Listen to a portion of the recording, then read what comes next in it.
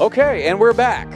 We are back with the next round of Genesis stuff. Now, my goal for the spring semester, because we take the winter and summers off, is to go through at least Noah's Ark, all those details through Genesis 9. So my goal is, starting in chapter 4, verse 17, is to get through this portion of text in 2 weeks, and then basically start in Genesis 6. And we'll spend a fair amount of time going through Genesis 6 through 9. Now, from this point on, or at least after tonight, we're not going to deal with as much detail in verses.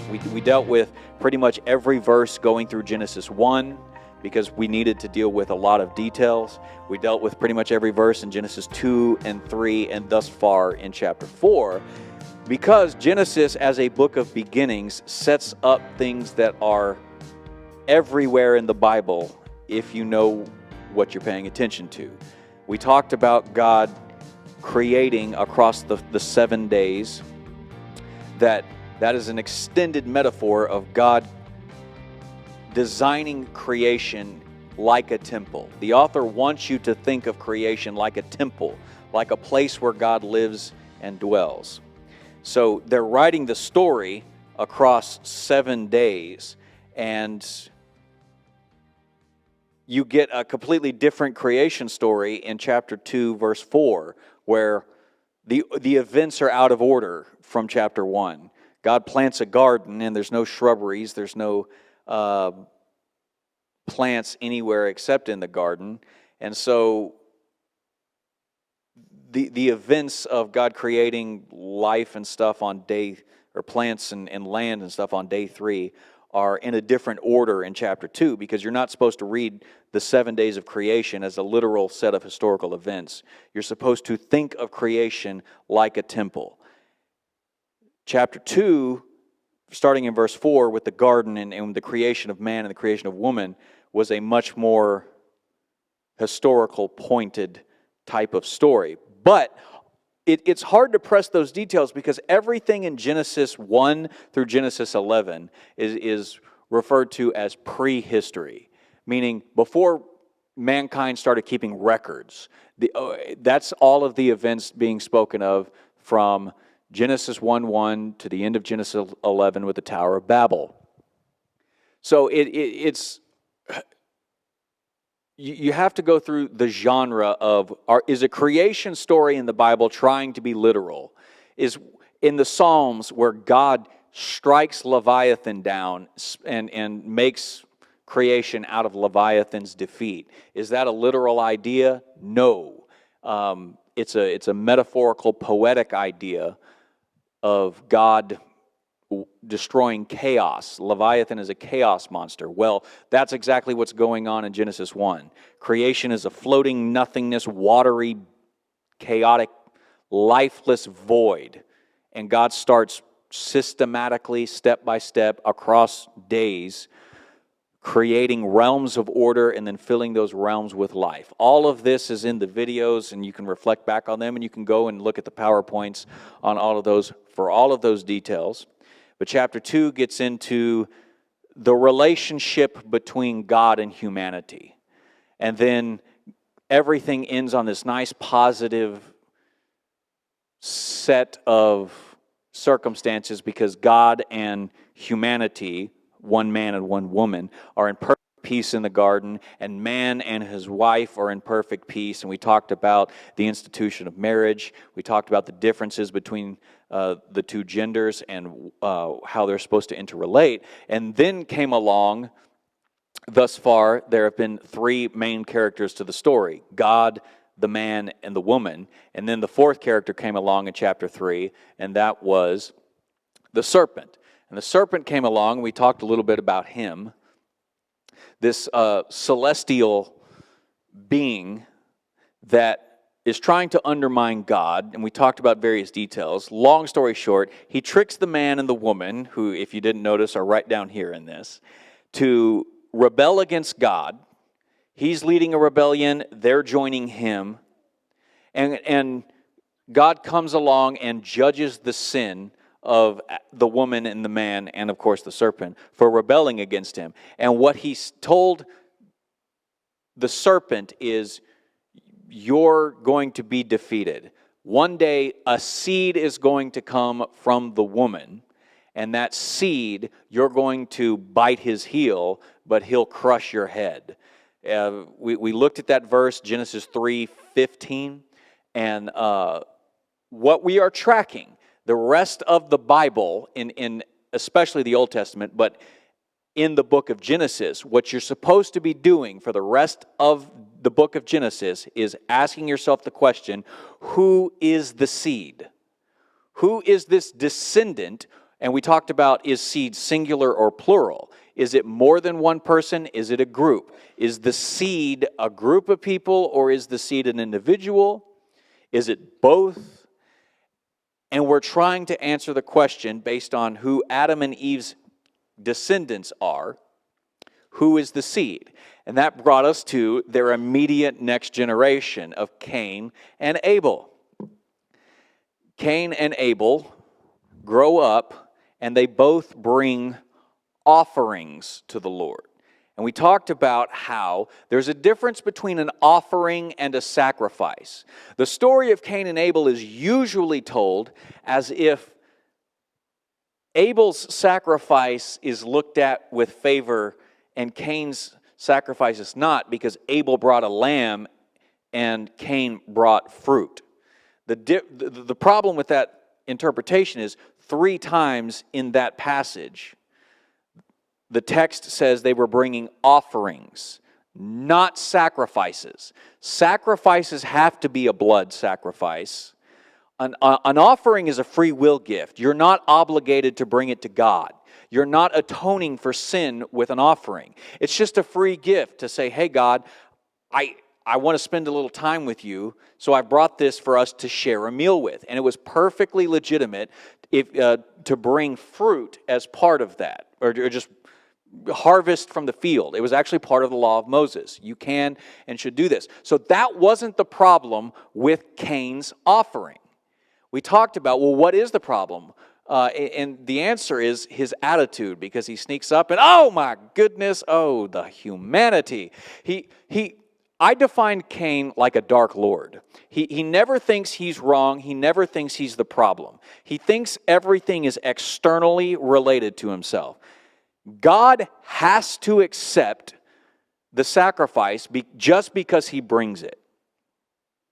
It's all about external rituals, and God is looking past him and seeing, you're only doing this because you're trying to get something out of me. You're treating me like a genie, you don't respect me, and you don't really want anything to do with me. So I don't look with favor on yours, but your brother Abel here is actually here for the right reasons. He's not just doing the right thing, he's doing the right thing with the right reasons. So Cain goes out and kills him. God confronts him, and we talked about the comparisons with how God confronts Cain, with how God confronts Adam in Genesis 3. He gives Cain the opportunity to come clean. Cain rejects that. So God says, that's it, you're out of here. And we talked about how it's playing out the pattern where God judges sin, man is exiled, but God promises redemption. That's what happens when they're kicked out of the garden. And in the conversation with Cain after he kills Abel, he gives him the opportunity to come clean. Where's your brother Abel? I don't know. Am I my brother's keeper? And God says, okay, what have you done? Forget it. I'm not even bothering this. Your brother's blood cries out to me from the ground. And Cain, we talked about how Cain got upset, not because he was repentant, but because he got caught. He thought God was going too far punishing him for his sins. Oh, anybody who finds me is going to kill me. He doesn't ever actually apologize. He doesn't say he's sorry, not even to God.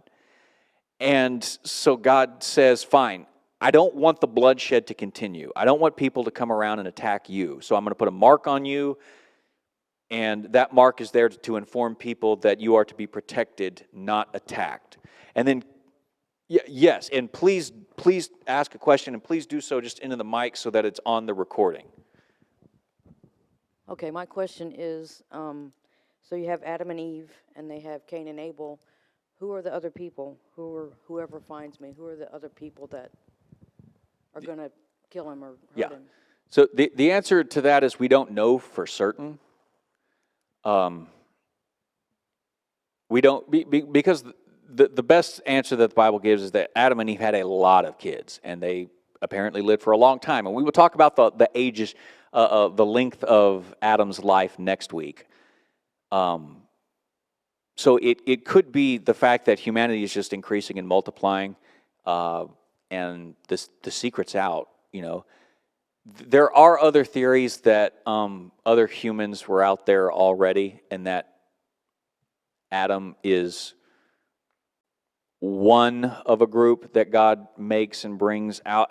We talked about this, and you can find some of the discussion in the videos about it, and I would refer you back to those. And if you still have questions after that, ask again. But I will say, there's no firm answer. There's only valid options, and we don't know which of the valid options is correct. Okay, so tonight, what we want to start looking at is what happens after Cain goes out from the Lord's presence. This is where we left off last November. And we're just going to pick it up here, and you can go back and fill in any blanks from the previous lessons. Now, I'm going to start by showing about 2.5 minute video from the Bible Project, who I've used before on Wednesday nights.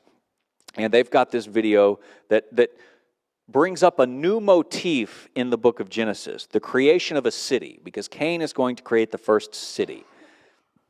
And understanding Genesis is going to require us to understand the outlook between the cities and those that live out in the wilderness. Near the beginning of the story of the Bible, a man named Cain becomes jealous of his brother, who's getting God's favor. And God tells Cain, be careful with your anger, because sin is a monster that wants to consume you, but you can rule it. Cain gives in to the monster and murders his brother. And as a result, God sends Cain into the wilderness, and there he builds the first city in the story of the Bible. One man builds an entire city? Well, in the ancient world, a city was a group of homes surrounded by a wall. It's for protection. Cain's afraid that someone might find him and kill him. Okay, got it. The wall makes the city. Exactly. And then the city of Cain goes on to breed a culture of revenge and violence. Later, one of the city's warriors, who's like a corrupt king, boasts in a song, if you threaten or slap me or wound my honor, I'll kill you. This is the mindset at work in Cain's city. The monster that Cain let within has now become the monster that people live within. The city is bad news. But it doesn't have to be. The city of Cain is also where music is invented, along with metalworking and animal domestication. So cities can be a place where we create abundance for everyone, but give the city enough time and that monster will eventually take over. Right. Like the next city, founded by a giant warrior king, who builds a city with a tower that reaches up into the heavens to make their name great. This is Babylon, which will one day spread its violence throughout the land, conquering many nations. Yes, Babylon is the biblical image of a monstrous, violent human city. And this is all tragic because the city is the opposite of the safe garden home that God originally put humans in. So ancient cities have imposing walls for self-protection to keep resources inside. But the garden is protected by God, with a spring at its center that flows out into rivers that share its goodness with all the land. Babylon has a tower at its center to reach up to the heavens. While the garden has the tree of life at its center, God's heavenly throne and presence touching down on the land. The mindset of the city is self-preservation and peace enforced by the threat of death. But the culture of the garden is peace through generosity, because there's always enough to go around. Let's go back to the garden. Yes, you would think so.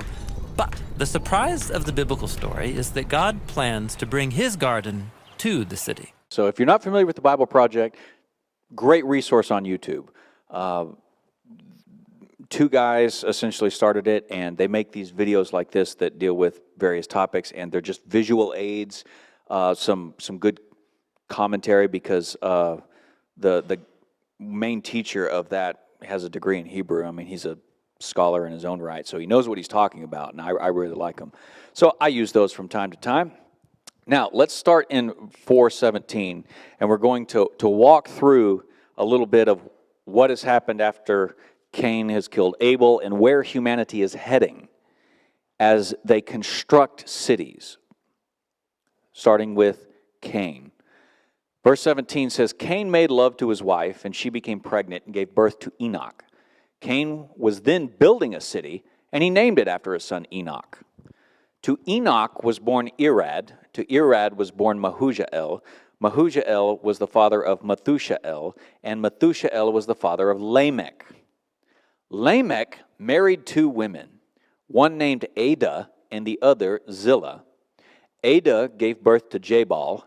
He was the father of those who live in tents and raise livestock. His brother's name was Jubal. He was the father of all who played stringed instruments and pipes. Zillah also had a son, Tubal-Cain, who forged all kinds of tools out of bronze and iron. Tubal-Cain's sister was Naamah. Lamech said to his wives, Ada, Zillah, listen to me. Wives of Lamech, hear my words. I have killed a man for wounding me, a young man for injuring me. If Cain is avenged 7 times, then Lamech 77 times.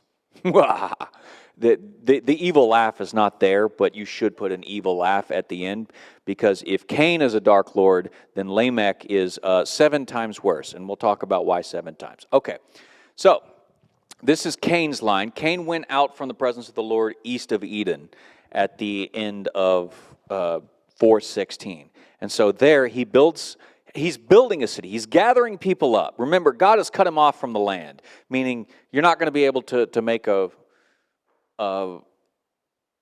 job out of growing crops anymore. You unlawfully planted your brother Abel in the ground by killing him. So you're cut off from the ground. So he's got to find another way to make money. And apparently economic commerce through the building of a city was his means. So he goes out, and while he's building a city, he has a son, and he calls the son Enoch. He calls the city Enoch after his son. So this is the first city mentioned in the Bible, and it begins the negative motif throughout Genesis and the Bible more generally, that cities are typically going to be the place where the bad people congregate, and that the godly people are going to have to congregate outside the cities. And so you see Israel in the wilderness. They go in and they have to kick people out of the cities of Canaan. And then while they're living in the cities, they become like the people of Canaan. You know, it goes over and over and over again, just around and around in motif. But, just to spoilers, cities are not in themselves bad, right? They just have a negative portrayal. And they start a juxtaposition between the good people and the bad people. So they help the author of Genesis make his point more generally throughout the Bible. If you want to know where the godly person is, try looking in the wilderness. If you want to know where the sinful people are, try looking in the cities. And so this is the beginning of that. And it gives you a little bit of the origins. Why are cities so corrupt? What is happening to humanity? Cain's line becomes an example. So, in Genesis, the city motif is not good. They're not usually painted in the best of lights because they don't attract the godliest of people. They mostly attract the kind of people like Cain and his descendants. That's kind of the portrayal here. So let's talk about Cain and let's talk about his descendants, because there was... Sorry? In a way, yes, outcasts conglomerate together and then they build their own societies. I mean, that's kind of what's happening here. Cain has been exiled. He can't stay with his family, but he seems to gather up some people, some other families around him, and they start reproducing, and it's very quickly going to devolve. It's not inherently negative, but in this case it is, and it sets a bad pattern that we want to pay attention to as we go through Noah's story. And of course, what the video from the Bible Project was pointing out is that the Tower of Babel is going to become the climax to this in the Genesis prologue. But this is the seed being planted here, pun intended. Okay, so there's this short genealogy here. Now, you should never, ever, ever skip a biblical genealogy. If I find out you're skipping genealogies, I will come at you like a lion, okay?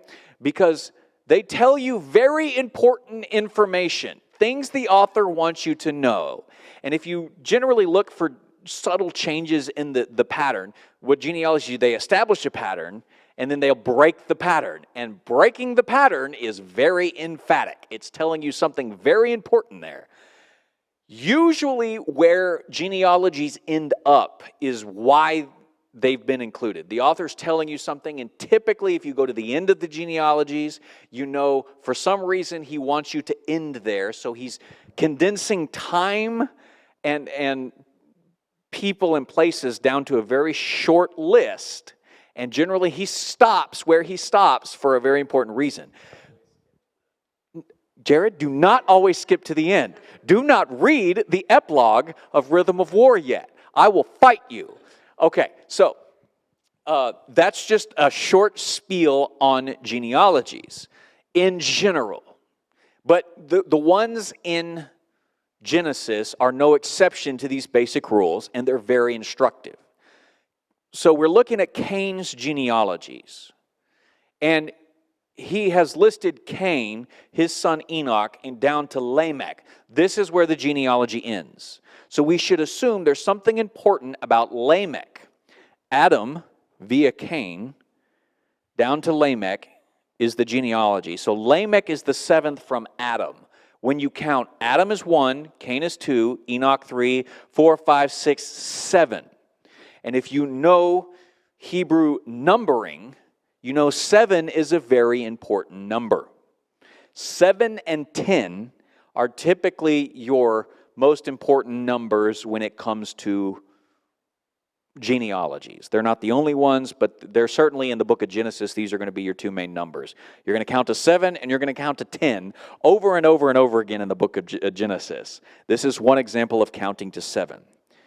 So Lamech is the seventh from Adam. Remember that, because we're going to come to another genealogy, and there's going to be a comparison to another seventh generation descendant of Adam later. So Lamech is the end of this genealogy. So there's something about Lamech.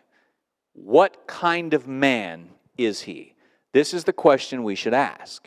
Verses 19 through 24 give us very short characteristics of this man.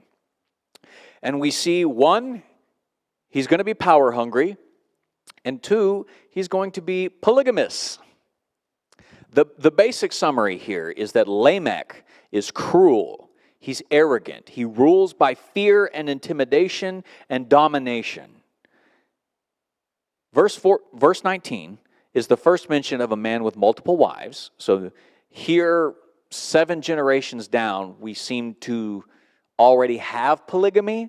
It's not making the claim that Lamech was the first to have 2 wives, but nobody in the Bible that has multiple wives is ever particularly pictured in a good light.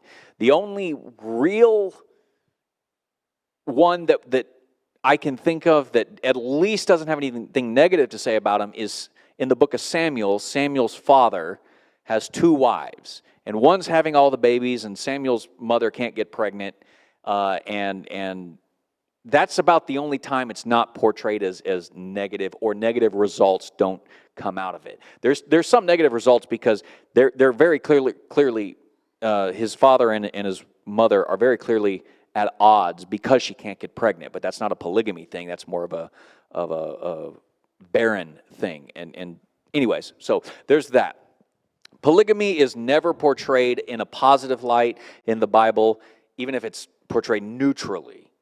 Usually it's more or less going to be portrayed, God didn't stop it from happening, but he also just let all the negative consequences from a man trying to think that he can handle all these relationships devolve down into their worst possible states. And David is no example to this, because David has a lot of wives, because David's weakness is women. And his sons and their fighting explodes out into a civil war. And it all gets wrapped up with Solomon taking the throne by fighting his brothers. But Solomon becomes an even worse example than David was. So it's never portrayed positively. It's at best portrayed neutrally with negative consequences. Here, it's included so that you become suspicious that this man should probably not be taken as a hero in the story, but a villain. His poetic statements in verses 23 and 24 that he speaks to his wives tells us everything we need to know about his mindset. So let's look at verses 23 and 24 and see what he says. Lamech says to his wives, Adah and Zillah, listen to me. Wives of Lamech, hear my words. I have killed a man for wounding me, a young man for injuring me. If Cain is avenged 7 times, then Lamech 77. Now, based on my tone as I read that, what do you think Lamech is doing when he says this?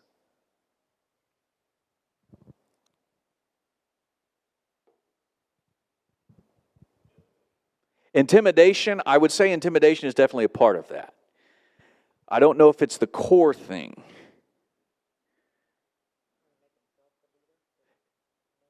Yes, and he is definitely trying to make himself the leader if he's not already. He's definitely, the fact that he's saying this towards his wives is instructive.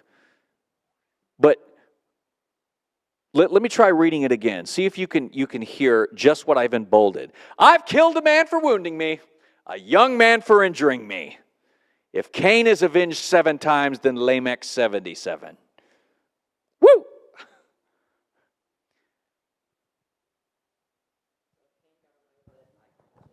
If Cain got away with it, I can too. There's probably definitely that aspect of this attitude here. Now, you could argue, did Cain get away with it? In a sense, God didn't put him to death. Because God, as we talked about back in November, is interested in ending the cycle of violence. That's why he put the mark on him.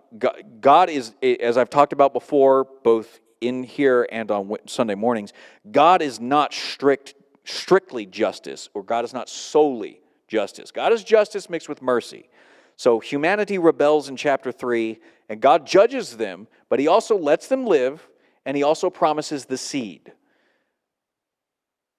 We talked about how when Cain was born, his mother's words, I have acquired a man, Lord, offered the possibility that she thought Cain was the seed coming to redeem them. At least it was a possibility in her words. Based on Cain killing his brother and Cain's line devolving down to this, we are supposed to get the idea that he is not, in fact, the promised seed. Because he has created a culture of fear, intimidation, and I think this is the key to understanding Lamech, boasting about their crimes. Lamech is calling his wives in and intimidating them by saying, well, let me just break this down for a second. First off, wounding, injuring, these Hebrew words, this is not about a physical altercation. These Hebrew words actually carry the idea of saying, some guy insulted me.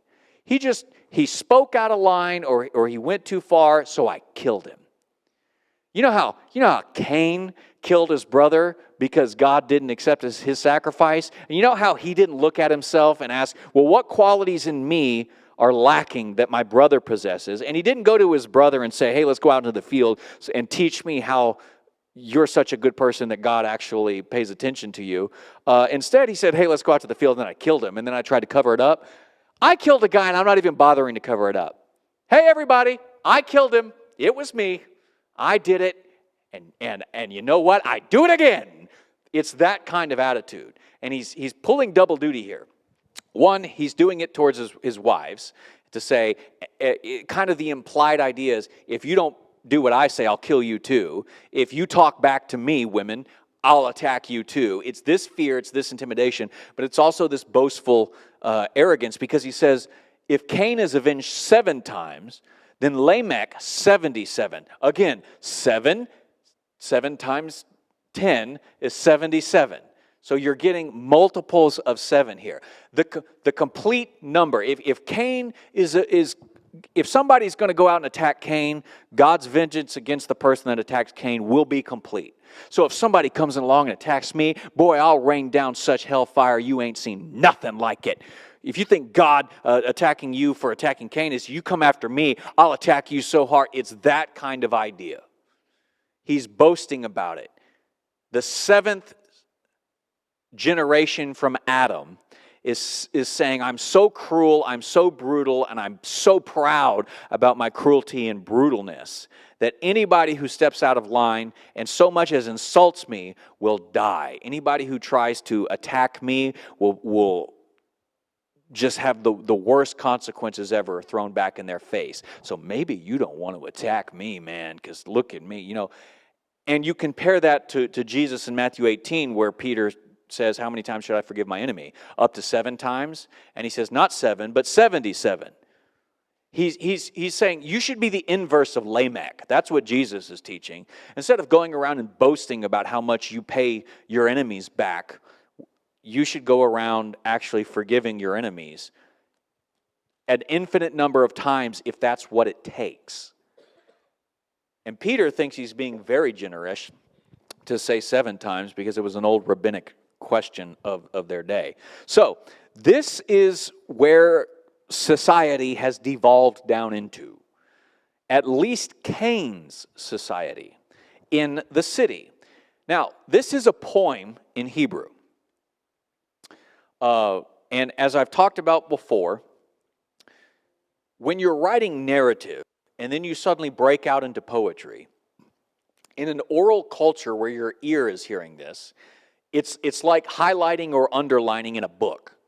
You want to bring that out, you want to emphasize it. The author is slowing down and saying, here's a very densely packed couple of sentences that I could have written out just normally, but I'm choosing to switch to poetry because I really want you to hear this. I really want you to pay attention to this. I really want you to see the kind of man Lamech was. I really want you to see the kind of society Cain built in this city. I really want you to understand what the city living of this time was. So Lamech is boasting of killing a man just for insulting him and just for challenging anybody else to say, hey, why don't you come and attack me? I'll get you. So Cain's line is devolving down into a wretched form of living. So despite the growing technologies and economic advantages that the urban outlets bring, humanity's corruption is spreading and deepening. And if we go back to this slide, there are advantages. Jabal is figuring out how to domesticate animals and raise livestock. Jubal is the 8th generation from Adam. They're understanding how to create instruments and music. Tubal-Cain is forging, maybe weapons and stuff, tools, but tools are not necessarily negative. So Tubal-Cain is not necessarily pointed in a negative light, but you just see how the negative influence of these places is starting to deepen. But it's not all bad. I told you when God brought Adam to the garden, and he says, I want you to guard and serve the garden. We looked at this language. Am I my brother's keeper? Am I my brother's guardian? It's the same Hebrew word. It shows up over and over again. And what we see here is that instead of humanity serving and guarding sacred space, God's intentions for us are being twisted. Serving others has become dominating them. Guarding others has become threatening them. Using your power to make yourself mightier and better without actual concern. Even familial love is devolving into fear-driven tyrannical power. First off, Cain kills his own brother. So that's familial turning into corrupt and stuff. But as it devolves down here, a man is threatening his own wives with fear and intimidation. So all of this together is a part of the story designed to show that Cain's line, although it is expanding, is following his example down these generations. But no, it's not bad all the time. Jabal, Jubal, they're figuring out better stuff. Tubal-Cain is, although it might be weapons that eventually arise out of it, he seems to be actually just achieving good results, not necessarily negative ones. And none of these three statements about these three kids are portrayed negatively. These are not bad things associated with city living. But the multiplication of people in the city areas leads to developments in cultures and technologies and corruption and violence because of men like Lamech. So cultural and technological developments are good, but men like Cain and Lamech twist their potential usage. Livestock, tools, bronze, AI, it's all just a tool. It's an option.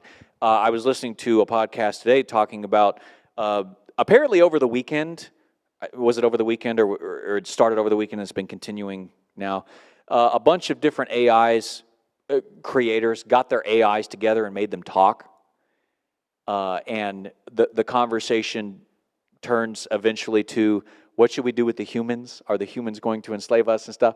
But the guy was making the point, AIs don't get there on their own. They have to be prompted by people typing in, what would you do if the humans wanted to shut you down? And then that AI talks to that AI, and it just kind of feeds it back. And he said AI will never become self-aware and decide that its only survival instinct is to destroy humanity. It would take a human agent to tell an AI that it needs to steal nuclear security codes and wipe out humanity for an AI to actually do that. And that's the point that he was making. AI is neutral. It's neither good nor bad. You can use it as a tool because any tool is just that. It's a tool. It depends on how you use it. Now, humanity is descending down to this very quickly, very rapidly in this story. A lot of time is passing and it's being condensed down into a 7-generation genealogy here. So time is passing. Everybody is getting darker, more bloody, more self-interested. The question is there hope for the world?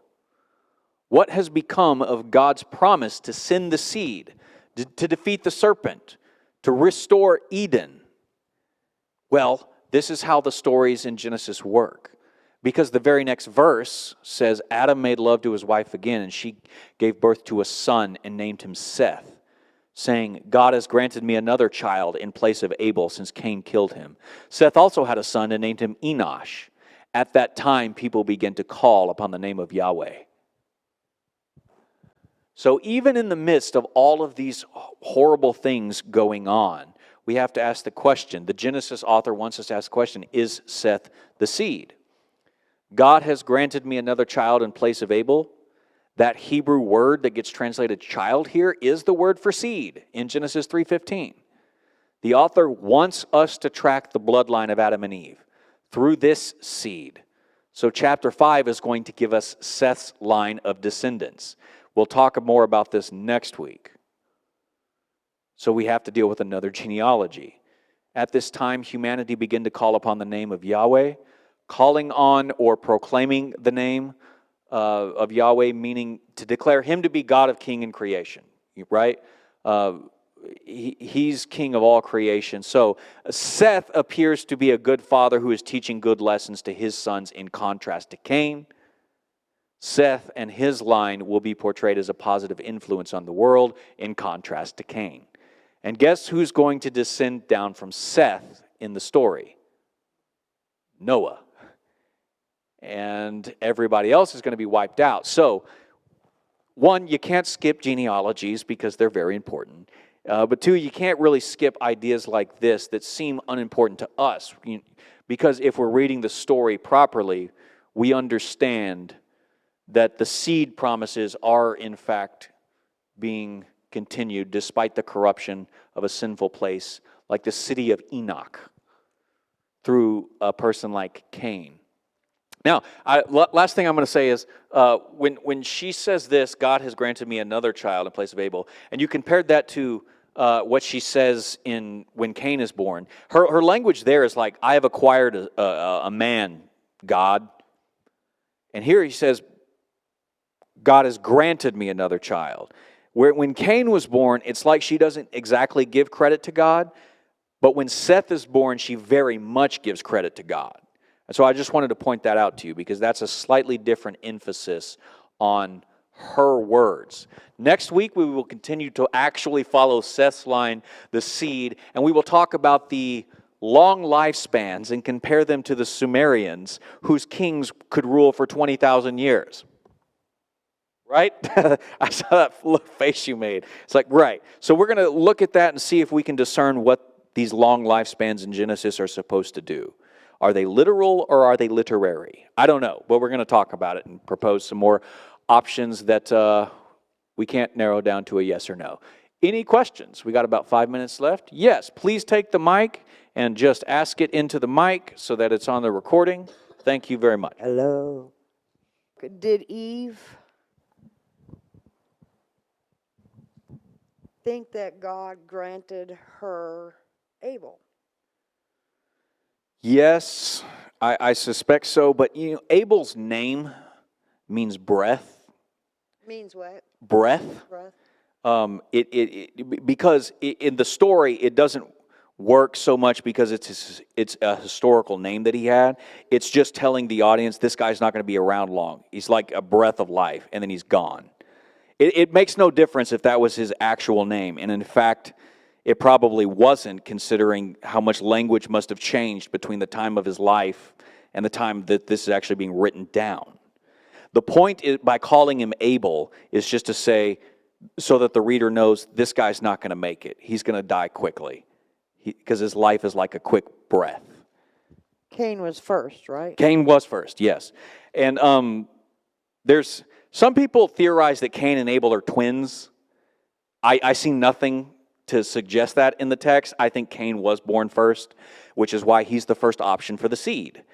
Then Abel is born later, so you have two options, except Cain kills the other option, which is why the story follows Cain for a little while, and then by showing us that Cain is not the seed, he's not a good option for this, he's not going to be the world's salvation, in fact, he's helping corrupt the world, the next option is Seth.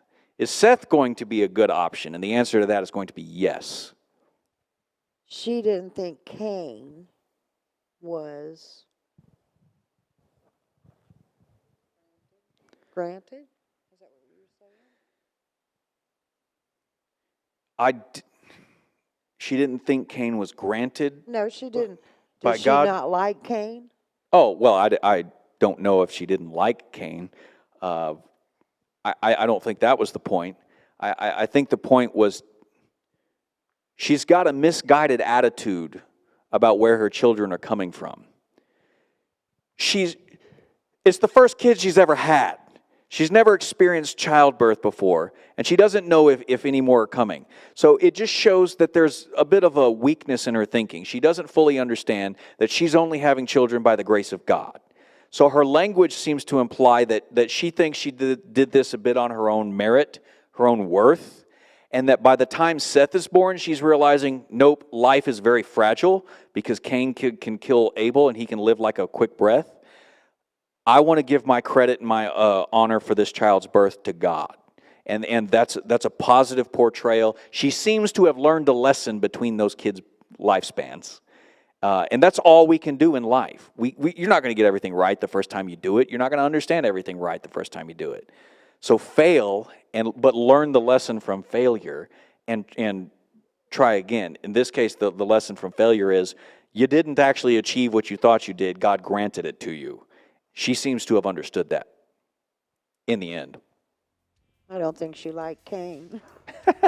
I don't like Cain, but I honestly don't know about his mother. I have heard other things. Was Adam the father to Cain? Right. Was he? As far as the story is concerned, absolutely. It's not even bothering offering. You know where I'm going with that, though, right? Yes, there's no. I don't have it on this PowerPoint, but look, there's absolutely no indication whatsoever that Cain was the spawn of Eve and the serpent. None. The way that they make that mistake is because they're reading this in Hebrew, and there are clear signs that the author wants you to think of Cain as someone on the serpent's side, but not because he was conceived by the serpent, because he has the same attitude of the serpent. He's not going to learn his lesson. He's not going to accept rebuke. That's why I called him a dark lord. He's just going to be evil, and that's that. And because of that, the author does deliberately cast him like the serpent, but he is not conceived by him. The conception of celestials and humans will come up in Genesis 6, but that's the first mention of it. These humans here predate that, and they're conflating things that are there but misreading it. So it's a fair question to ask, but it's the wrong conclusion to come to. Good, and I'm hoping if you go back and you watch those 2 lessons on Cain and Abel that we had back in November, I talk about that. I said how he's being portrayed like the serpent, but not because the serpent's his father. Father in the sense of you listen to and obey him, not in the sense of his biology comes from you. They had no concept of biology back then anyways.